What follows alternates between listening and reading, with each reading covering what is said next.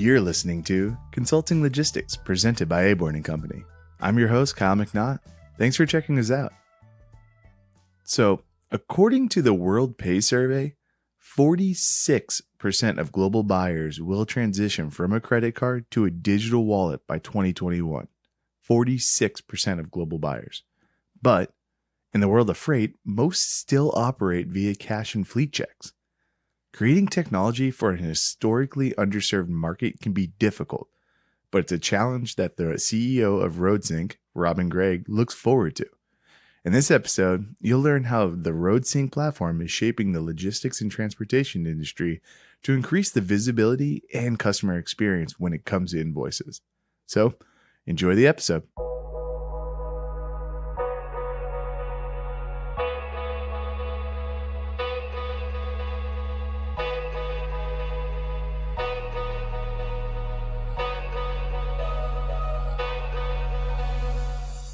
Robin, how's it going? Great. Thanks for having me. Absolutely. So, Robin, before we start our interview, tell me a little bit about yourself, kind of where you're at and how you end up getting to RoadSync. Yeah, no, I'm happy to do that. So we're based out of Atlanta. I've been living in Atlanta for over a decade now, and it's the perfect place to learn a lot about both payments and logistics. I mean, those are two giant markets for the Atlanta area. And where my career has always been in payments. I've spent over 15 years in payments. I've worked at Capital One. I ran a medical lending product for them for a little while. And then I worked for Revolution Money, which was an alternative payments product that we sold to Amex in 2010. And then I joined a company called FleetCor. And that's actually how I got exposure to sort of the logistics market. FleetCor is the world's largest provider of fuel card and other commercial payment solutions.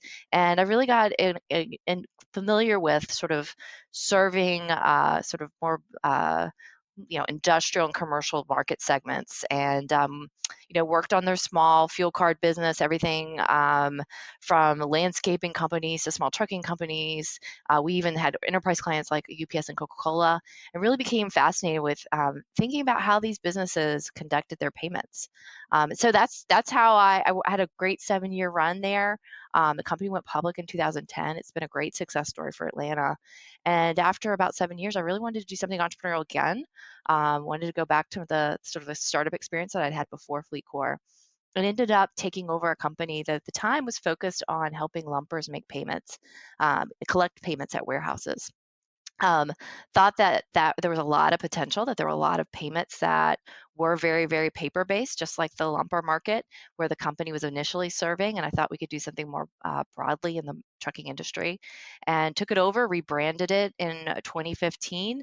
And since then, we've really been working on scaling up a business around the premise that the trucking industry needs something to help people digitally invoice and collect payments. Both service providers supporting the trucking and transportation industry, as well as the businesses that are, driving trucks themselves.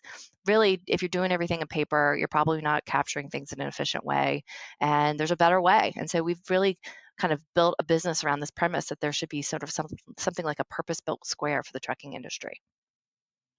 Yeah, I love that. Actually, I was reading kind of a little bit beforehand, and the whole idea of like square for the trucking industry, just it makes so much sense. So let's talk about what the square of the trucking industry is, the RoadSync. What is it? How's it work? Kind of talk me through a little bit about what mobile payments for logistics kind of means for you guys. Yeah, so we started with places where truck drivers and trucking companies are trying to make a payment real time. So a good example is if you go to a food distribution center or a grocery distribution center, it is not uncommon for a truck driver to have to pay to have his vehicle unloaded. They call it a lumping fee or an unloading fee. And the industry convention is also to have that be a paper-based payment. So a truck driver has to come up with $150 of cash. He might have to find a fleet check, or some of them even use money orders to complete this payment, because the facility wants to make sure that they collect the payment. So that's why they're doing it real time. And the truck driver has to use some payment instrument that the facility can actually accept. And they don't routinely accept credit cards and debit cards. So before, these facilities were basically dumping paper payments into boxes, and then an employee would have to go and send everything to the bank at the end of the night. Their accounting department would have to reconcile all that. It's just super cumbersome. And it's really not great for the truck driver either because paper just takes longer to conduct transactions. So what we do is we have a customizable point of sale that's cloud-based. Our customers can access that through their phone, through a tablet, through a desktop, whatever the warehouse already has, and they can easily have their employees calculate how much the truck driver owes based on their rate schedule, time, even the shipper that they're working for, and then they can create a real-time invoice that can be texted to the driver's phones or printed out, and then they can collect payment real time. We help authorize and deposit fleet checks. We help allow our facilities to collect ACH payments, and we also let them easily accept debit cards and credit cards. So we're really making it more versatile, and it's more like a consumer experience. I mean, we're not whipping out our checkbooks or doing anything with cash in most of the places where we're buying things as consumers. So why should a truck driver have to have a different experience? And so that's really what we're bringing to the market. Yeah, I gotta imagine too. It's just the safety overall. Like, why have paper? Why have all this stuff when you've got your mobile phone, 5G's coming. It's gonna make a lot more sense for all that type of stuff. So I completely get it. We see the same a lot with what we're kind of doing here at Aborn, where it's a lot of that consumer experience. A lot of people, the Amazon effect's kind of everywhere, even in B2B, where people kind of are expecting that quick thing. So kind of continuing on what we're talking about, but the main users of your platforms are kind of the facilities, like the warehouses and stuff, or kind of help me with kind of, is it truckers and facilities just kind of working together, or how's that all work out?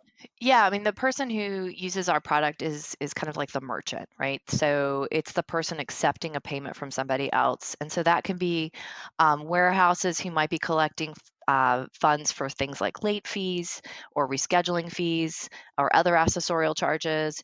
We also work with freight handlers, also known as lumpers, for their unloading fees. We work with heavy truck repair, towing, and maintenance merchants. I mean, think about what happens in the heavy truck a repair space. I mean, the truck driver might be confronted with a $5,000 repair. He needs to call his dispatch to get him some sort of payment instrument to be able to complete the payment for his repair and then get back on the road. And how this was happening previously is there was a lot of emailing of paperwork back and forth. The truck driver's employer might have to call in a credit card number, and it just made a process a lot longer than it needed to be. And so we were able to manage all that workflow directly into our system and make it easy for people to kind of miss out on all of that, those phone calls and paperwork back and forth, and we can just do it through our platform. So, I mean, it sounds like a no brainer, but from what I'm hearing, a lot of this is just, it's historically kind of a manual experience that a lot of these job functions have had. So what are the types of struggles you've experienced trying to bring technology to a job function that really has been more manual than anything? Yeah, I mean, the big challenge is people aren't looking for the solution, right? It previously hadn't existed. And so there's a little bit of inertia in the market. Hey, this is how we've always done it. Yeah, it's painful, but they're not out there Googling warehouse payments or, heavy truck repair payments. And so we really have to get out in front of our customer base and educate them and find them wherever they are. So a lot of our early sales have been outbound sales. We go to a lot of the industry trade shows. We also have even done for smaller customers things like Facebook. We found actually our customer segment, especially small repair shops or small trucking companies, are on Facebook actively. So we had to get in front of them. Really? Yeah, yeah. Wow. It Oh makes man, I thought sense Facebook though. was dead. Yeah, I guess, but Yeah. I mean, I'm not gonna guess how old you are, but for a certain segment, it is very much not dead. And so I think that, they have a lot of downtime. If the trucking companies, even the repair companies, some of the repair shops actually use Facebook as their business website. So they'll have a Facebook page, and they're there. I mean, that's where they are. They have, if they're waiting at a facility to be unloaded, they're checking stuff out on Facebook. So um, it's been so how do you, fascinating.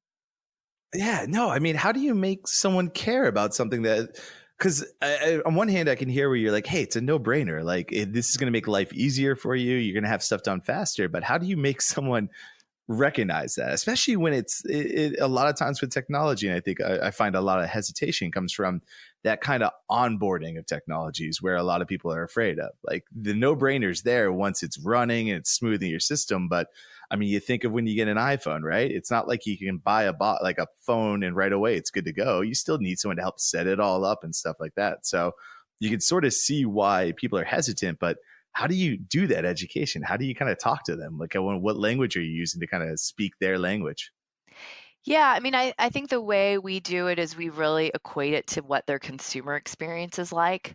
And, I think that's where they realize, okay, why am I as a business collecting payments in a wildly different way than the coffee shop I just went through? Like it just doesn't make sense. And so we connect to Right. that. And then, we are helping them manage their money.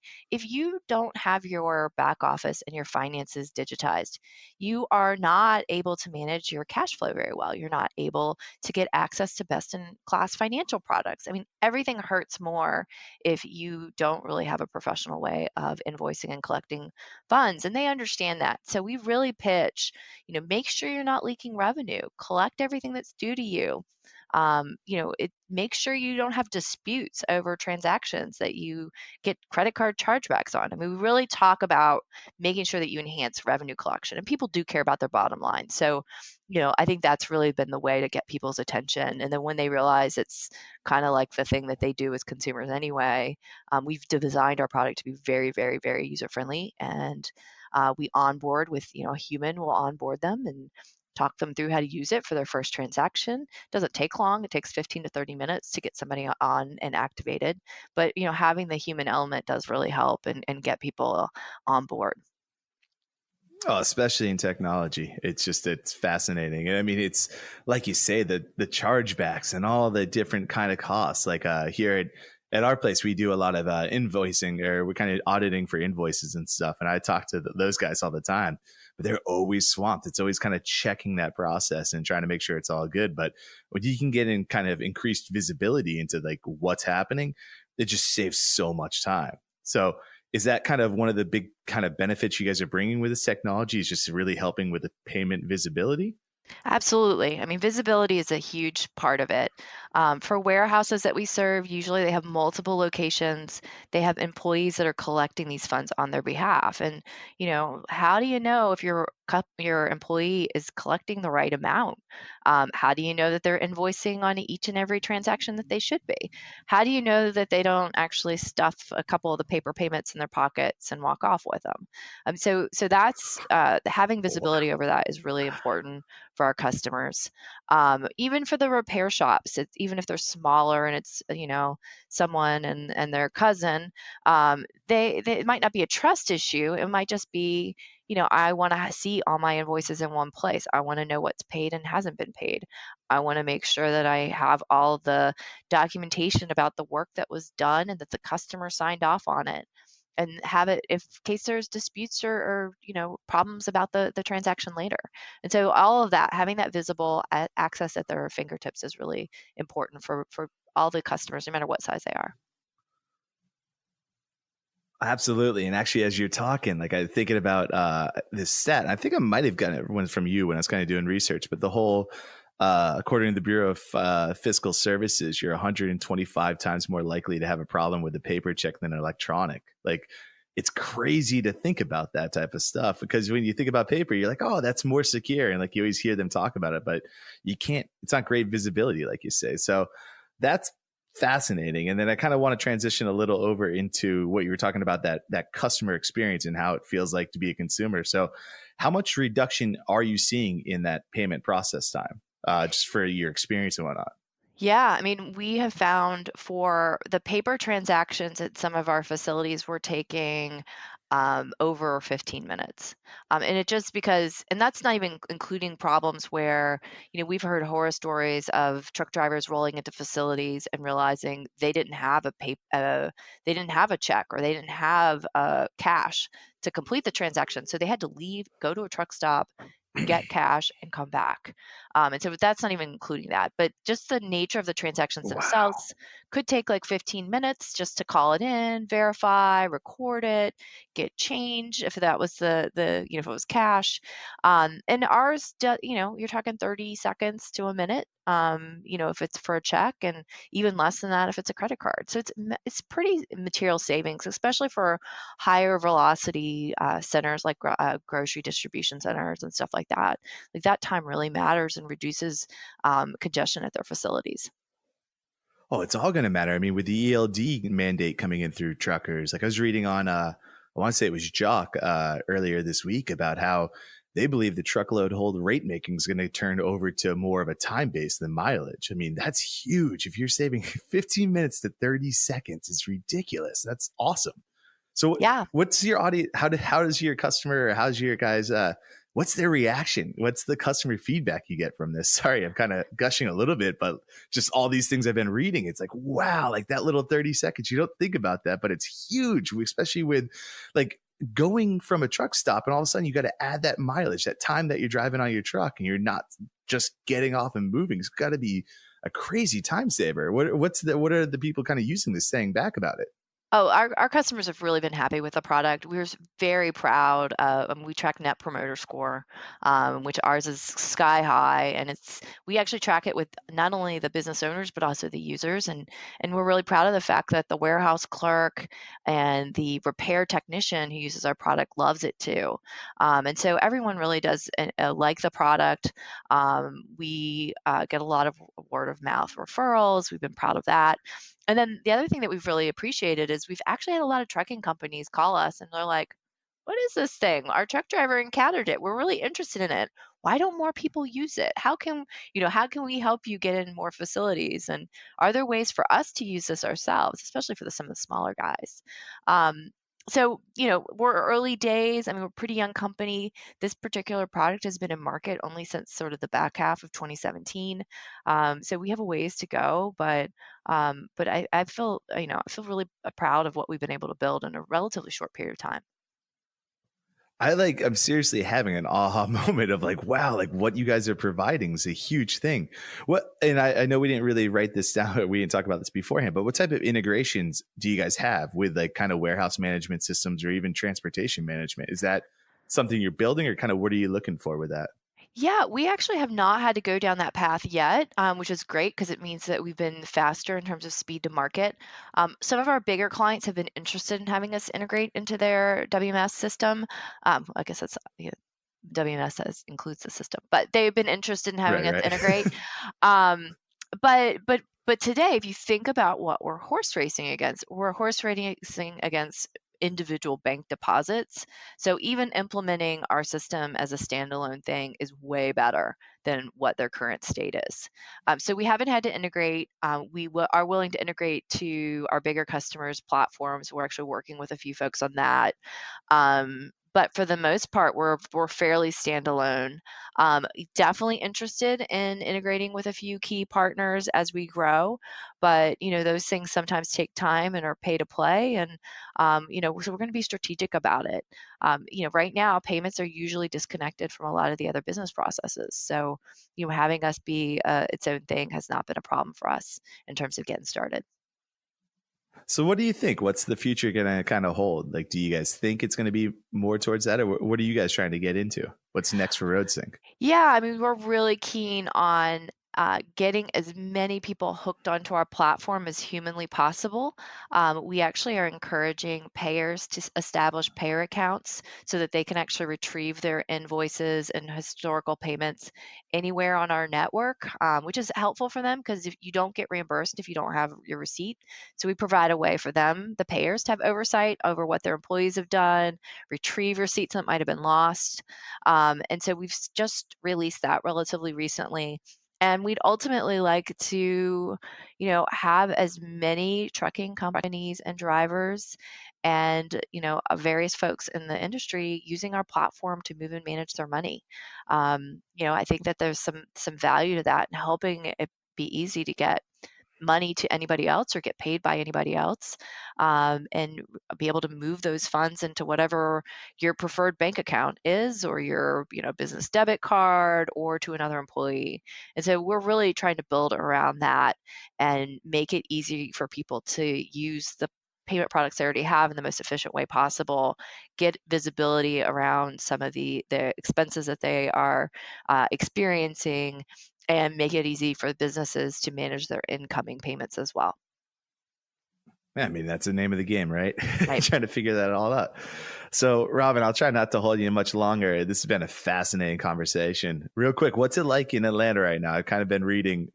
First of all, I'm in Boston, freezing my butt off right now. We're recording this in November. So I'm also from Florida, so I love the warm weather. I'm jealous that you get to still be warm. But I know Atlanta's got a cool kind of entrepreneurial tech kind of area going down. Talk to me a little bit about that. Like what's the vibe like down there? I think it's changed a lot over the last couple years. It is a fantastic place to build a business. Talent is wonderful. We actually are located in an incubator on Georgia Tech's campus called ATDC, which is the incubator for the state of Georgia. So we're in a great spot near lots of potential interns. We're in Midtown Atlanta. It's people walk. Most of my employees will walk or take the MARTA, which is our public transportation system, to work, which is really unusual for Atlanta. Everyone thinks about Atlanta being a driving city, but you can have a really cool in-town experience in Atlanta. And that's just really happened over the last, I would say, 5 or so years. That's been really robust. Great startup community, particularly if you're in fintech. Lots of fintech talent. I think the stat is over 80% of the world's payments go through Atlanta-based companies. And so there's lots of great folks that are here and partners that are accessible. So I think if you want to build a fintech business, particularly one focused on the logistics market, I mean, we have UPS here, a lot of our target customers are here. You could not get a better place in Atlanta. Oh, wow. It sounds so cool. Like the energy and all that, what you guys are putting out just sounds fun. It's going to be a blast to be down there right now and everything you guys are doing. Yeah, no, we love it. And definitely I speak highly of the experience of running a business here in Atlanta. I mean, I think the only thing that we lack is access to capital. I mean, there is capital here. There's a pretty good group of angels and angel funding here. But as you get bigger, it's harder. And most of our fundraising efforts end up going outside the city. But other than that, everything else is fantastic about being in Atlanta. All right. I won't leave you. I won't hold you on so much. So if people want to kind of get in contact with you or RoadSync, what's the best way for them to kind of talk to you guys and learn more? Yeah, check out our website, roadsync.com, so SYNC. And then I am available at robin@roadsync.com and love to hear from people. Awesome, Robin. Well, thanks so much. Great. Well, thank you for the time. I really enjoyed chatting with you. Absolutely. Have a great day. Thanks.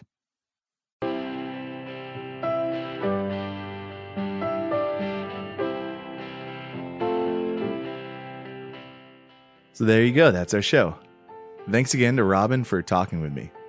That ability she talked about to take a 15-minute transaction and shorten it down to seconds is riveting to me. I mean, honestly, I think it's one of the things that first attracted me to transportation. There's just so many tasks in the job that take a mind-numbing amount of time to do, but with a technology approach can become seconds. I mean, what's something that you see as pointlessly long that you think technology could solve? How valuable would something like RoadSync be in your operation? Let me know. I want to hear what shippers think about these types of apps being developed. I'm truly trying to learn. Is this something that you guys kind of see out there and really like, wow, this is awesome, I really want it? Or is this something that's just kind of been there and you're like, oh, I don't know, I want to see how it really works within my environment? So the best way to reach out to me or talk to me is either email, which is kyle@abornandcode.com, or connect on LinkedIn. For that, it's /Kyle McNaught, all one word. As always, I'll kind of include in the show notes my way to get in contact with me. And actually down there, I'll also include the show notes of RoadSync's website, so you can go and check them out. Definitely check them out. It's a super interesting thing that they're trying to go after. And like they say, they want to be the Square of transportation. So if you know what Square is, you're going to like, okay, I really want to see this. Cool. What's on the agenda? Okay, next week. Next week, I actually have a fun one lined up for y'all. And I'm going to launch it earlier than normal. I kind of wanted to give the U.S. shippers, anyone who's like listening from the United States, a little special treat as they're going to be traveling for Thanksgiving usually. And it's kind of one of those, hey, man, I don't know, I got some time on my hands. So I'm going to be doing another supply chain under 30. If you're new to the podcast, this was something my predecessor, Tim Dooner, did. And it was kind of to hear from the younger generation about why they're getting into the supply chain. And then once they're here, what's interesting to it. So it's really more of a personal interview. It's not something where you're trying to learn anything, but it's a cool kind of like, here's how someone got into the supply chain. I love the whole idea of shared common experiences. So that's kind of what I'm looking for, is sort of what someone under 30, how they got into the supply chain and what they think about it. So for this week, or sorry, not this week, next week, Thanksgiving week, I'm going to be talking to the amazing Megan Kidder. She's an account manager here at Aborn.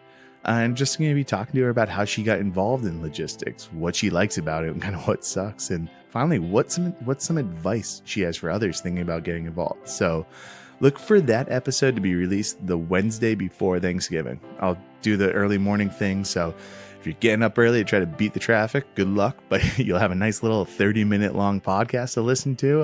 That's not about learning anything, kind of just a fun little human story thing. I also filmed that interview, so we'll premiere that video on the Aborn YouTube channel the Monday following Thanksgiving. Just search Aborn & Company on YouTube, you'll find us. It should have a big old premiering on whatever, and you can subscribe and see all that type of stuff. Speaking of subscribing, as always, be sure to subscribe and share this show with colleagues or peers. If you have a topic idea or think you'd just be an awesome guest on the podcast, reach out. I'm always trying to learn more about this crazy supply chain world. Thanks for listening to Consulting Logistics. I'm Kyle McNaught.